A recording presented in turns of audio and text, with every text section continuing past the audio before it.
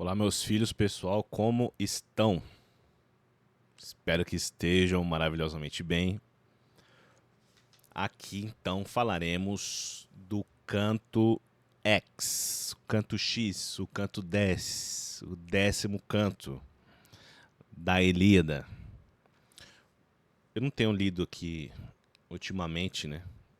Não sei se eu li em algum o título, mas esse aqui se chama Os Feitos de Dolão.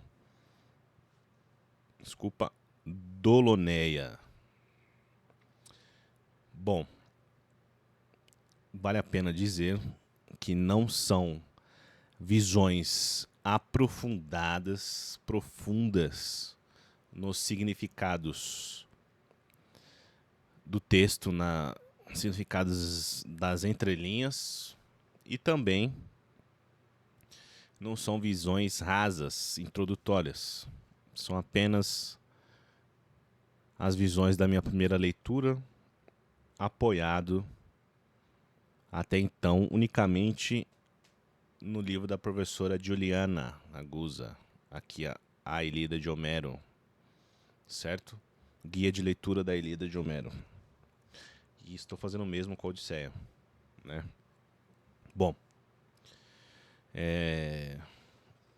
esse canto aqui é um canto aqui muito, muito interessante, muito legal. Assim como temos mortes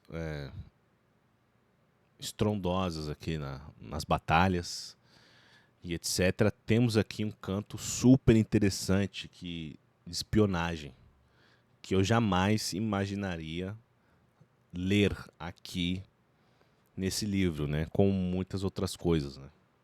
Esse, de fato, o livro que eu sempre quis ler e não sabia. Bom, canto da espionagem.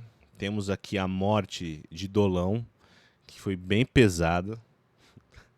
A Métis de Odisseu, né? E assim começa, né? No canto aqui, um pouquinho para frente, né? Agamenon e Menelau sem dormir.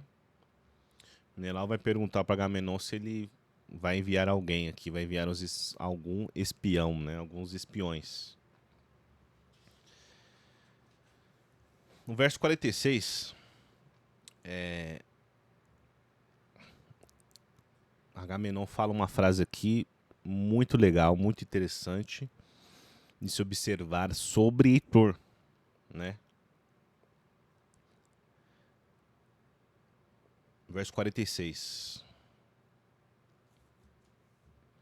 Jamais vi ou sequer me contaram que um homem sozinho e em um só dia chegasse a fazer tais e tantas proezas como as que Heitor, caro a Zeus, realizou contra os homens aquivos. E isso, sem ter ele nascido por Deus ou por Deus gerado. Né? Ok, Agamenon está impressionado com os feitos de Heitor. E ele, Heitor, não é um semideus. Me fez tais coisas. Deixa Agamenon com a pulga atrás da orelha. Então, tem a questão dos espiões. Já que ir embora não é mais uma opção para Agamenon, né? Verso 204, há uma reunião. Aqui, há uma reunião para tirar, para aprovação desse plano. Ele está aqui, hein? Ele está aqui. Para aprovação desse plano, né, dos espiões. Verso 204.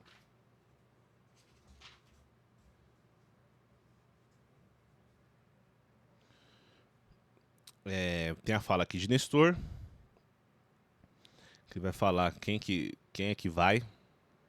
Quem é que vai lá espionar no acampamento. 217, 217, Diomedes se oferece.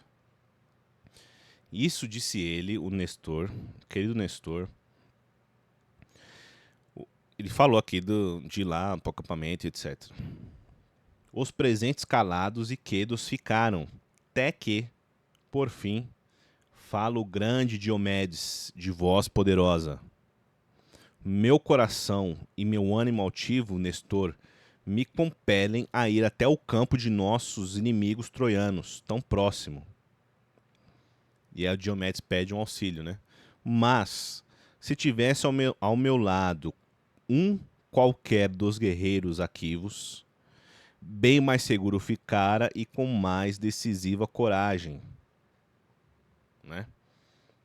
Bom, ele fala que vai, mas ele quer mais alguém com ele, não especificou quem. E nesse momento começa, um pouquinho depois, se oferecem alguns guerreiros. Até tem um aqui que fala Nestórida Ilustre. Pelo que eu pesquisei, usei aqui as ferramentas digitais. É o Trasímedes. Bom, os dois Ajax se oferecem. Trasímedes, no verso 230, que eu tinha aqui anotado, quis, finalmente, o paciente Odisseu penetrar nas fileiras dos inimigos, pois era inclinado a ações arriscadas. Então, temos aqui que Odisseu era, além de tudo, corajoso, além de muito esperto, né? Porque tem umas pessoas espertas pelo menos no imaginário, na literatura, nos filmes, né? Pessoas extremamente inteligentes, espertas, sábias, porém covardes, né? Medrosas no mínimo. E Odisseu não. Ele gostava, né? Ou pelo menos ele era inclinado a ações arriscadas. Ele era corajoso. 240, o Agamenon fala para Diomedes assim, ó, já que você foi o primeiro a se candidatar e pedir alguém, desculpa, pode escolher. Escolhe aí quem que tu quer que vai contigo nessa empreitada.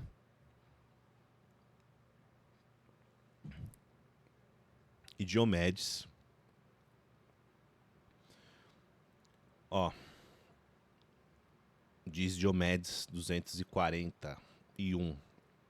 Se decidis que seja eu que hei de a escolha fazer do meu sócio, como é possível que venha o divo Odisseu a esquecer-me, cuja coragem nos grandes perigos e o espírito ardente sempre se afirmam, o herói distinguido por Palas Atena.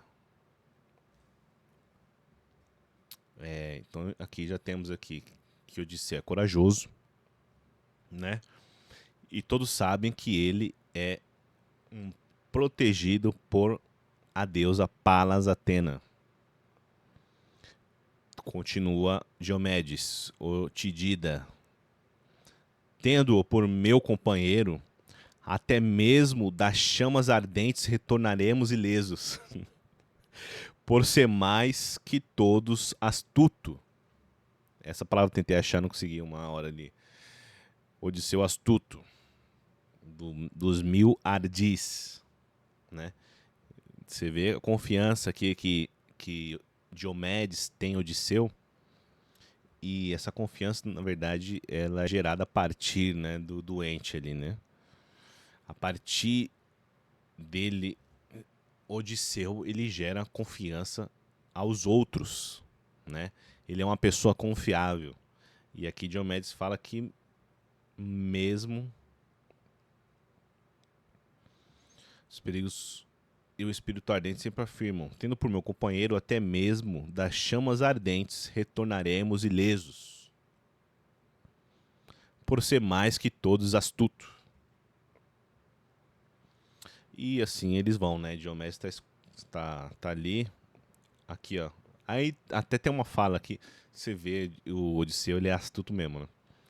Logo na sequência, ele vai responder, disse-lhe o Divus Solerte Odisseu o seguinte em resposta ao Diomedes: não me elogies, Tidida, demais, nem de me faças pouco, pois te diriges aos chefes argivos, que assaz me conhece, né? É impressionante. essa fala aqui. Ele pede ali o equilíbrio.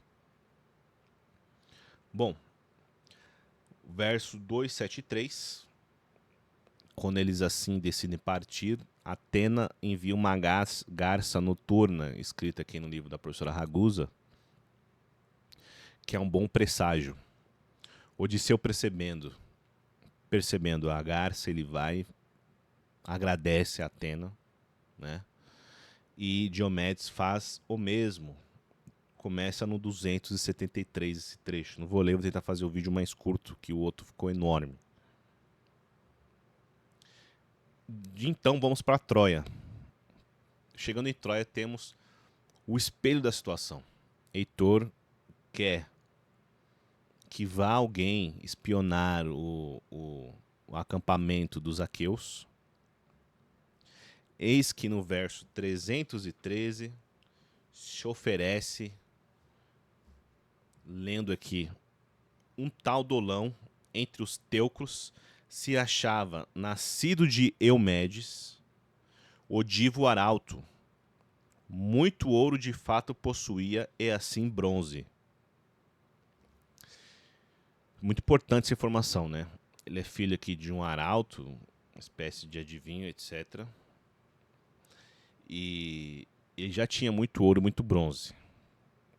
Dolão, zoião, foi e se prontificou a ser este espião solicitado por Heitor. Porém, com uma condição. Ele vai se ele tiver os cavalos e o carro de Aquiles. Aqui no 317, vira-se então para Heitor e os troianos e diz o seguinte: meu coração e meu ânimo, Heitor destemido, me levam a aproximar-me das naves de curso veloz para espiá-las. Olha que maravilhoso. Quero, porém, que primeiro me jures, alçando o teu cetro, que me darás cavalos e o carro de adornos de bronze que nos combates Aquiles conduz, o guerreiro admirável. Né? Só queria os cavalos e o carro de Aquiles, né? Esqueceu de combinar com Aquiles, com Diomedes, com Odisseu, com Agamenon, esqueceu de combinar com o resto da galera, né? Vemos aqui no verso 331 e 336 alguns spoilers de Homerus, do Homero, 331. Aí ele pede para Heitor jurar, ele, Dolão, pede para Heitor jurar. Heitor jura que isso vai acontecer, que ninguém vai dar uns cavalos. Assim que eles pegam o cavalo é dele, é seu, garoto. Só vai. 331. Foi vã, sem dúvida, jura. Que, aliás, a Dolão deu coragem. Foi vã, jura. Mas deu coragem para Dolão. 336. Donde jamais haveria voltar para Heitor dar notícias. Bye bye, baby. Foi-se embora, acabou-se que era doce. Então vamos lá, 340. Diomedes e Odisseu avistam um homem. Eles falam assim, ó, vamos ficar aqui escondido. Vamos ver se ele veio aqui pegar as armas aqui, as armaduras dos mortos. Diz no livro da professora Ragusa que isso era um comportamento repugnante. Ou, voltando para o livro, para a história, ou se ele é um espião. E vamos ficar aqui na Tucaia. Quando ele chegar um pouco mais à frente, a uma certa distância, nós vamos atrás. Né? Eles se esconderam no meio dos cadáveres. Né? Se fizeram de mortos.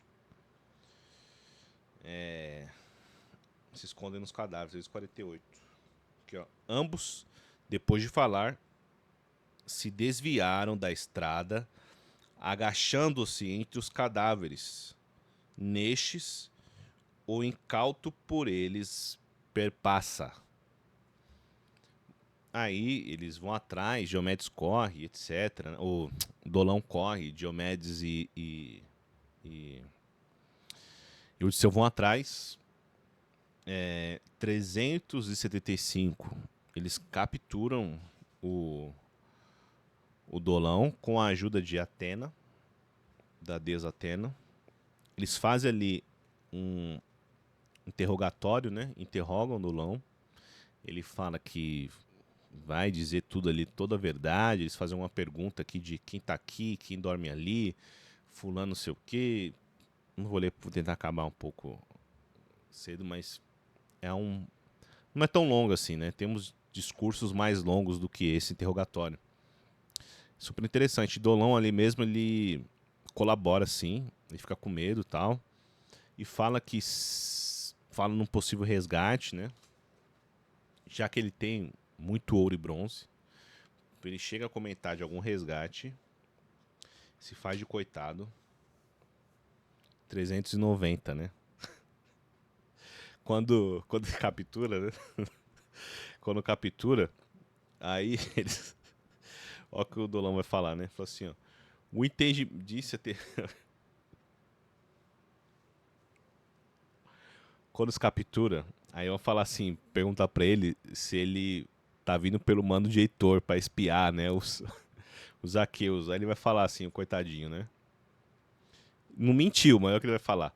O entendimento turvou-me com muitas promessas, Heitor, quando me disse que havia de dar-me os robustos cavalos do grande Aquiles, além de seu carro de enfeites de bronze.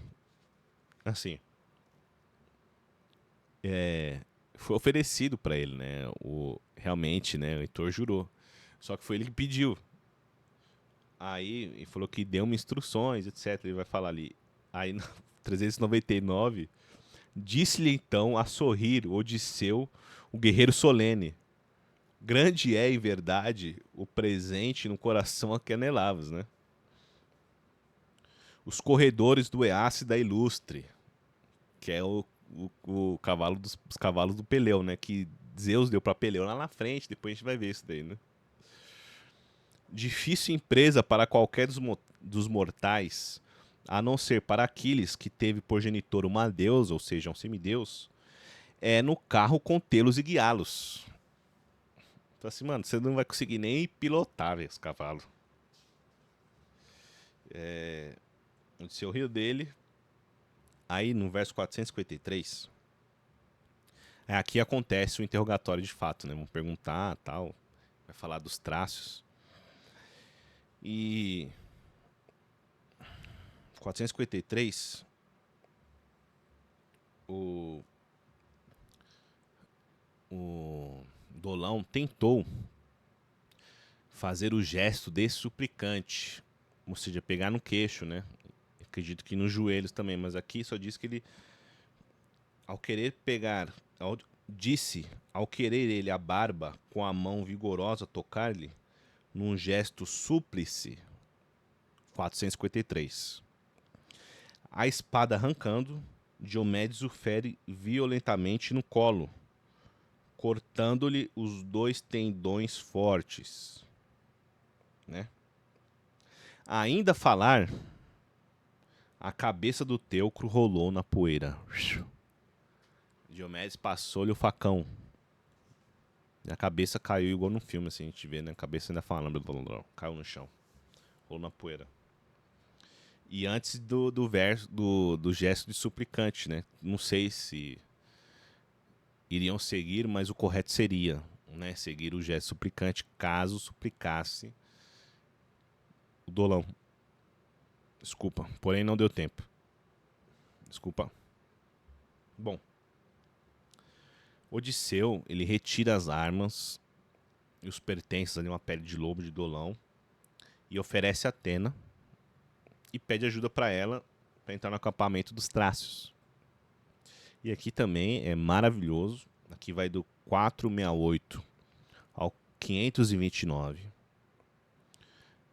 O ardil contra os Trácios, o roubo dos cavalos alvos, cavalos brancos, né? E a fuga. Trecho aqui é maravilhoso. Diomedes pede ali força, né? Atena dá força pra ele, ele vai esfaqueando e Odisseu vai tirando o caminho pros cavalos não se assustar, mata o rei dos traços ali, o Rezo. É impressionante, esse trecho é impressionante. Vou até ler um trecho aqui, a página 134, da professora Ragusa.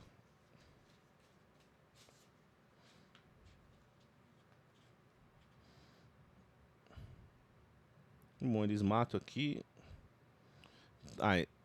Existe uma tragédia que eu nem sabia que existia, vi aqui, de Rezo, de Eurípides, tá? Mas o trecho eu queria ver, na verdade, na página 135, porque é pega os cavalos maravilhosos de Rezo, né? Apolo, inclusive, fica irritadíssimo, porque ele vê que Atena está auxiliando ali os aqueus e acorda a galera ali, o primo do rei, do Rezo ali do acampamento, mas os aqueus conseguem fugir. Último parágrafo da página 135 do livro da professora Juliana Ragusa, do canto 10º. Pode-se concluir, arremata Haft,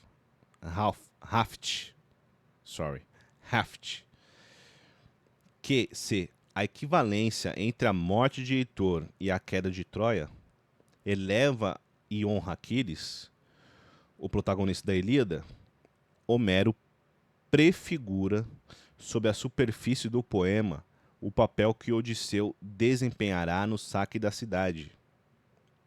Essa ligação do herói a cavalos extraordinários e ruinosos para os troianos, como os de Rezo ou o de Pau, está posta aqui. Temos aqui uma prefiguração, segundo Haft, do cavalo de Troia. Bom, então esse é o canto de hoje. Bom, creio que consegui fazer um enxuto resumo. Agradeço a todos e até breve.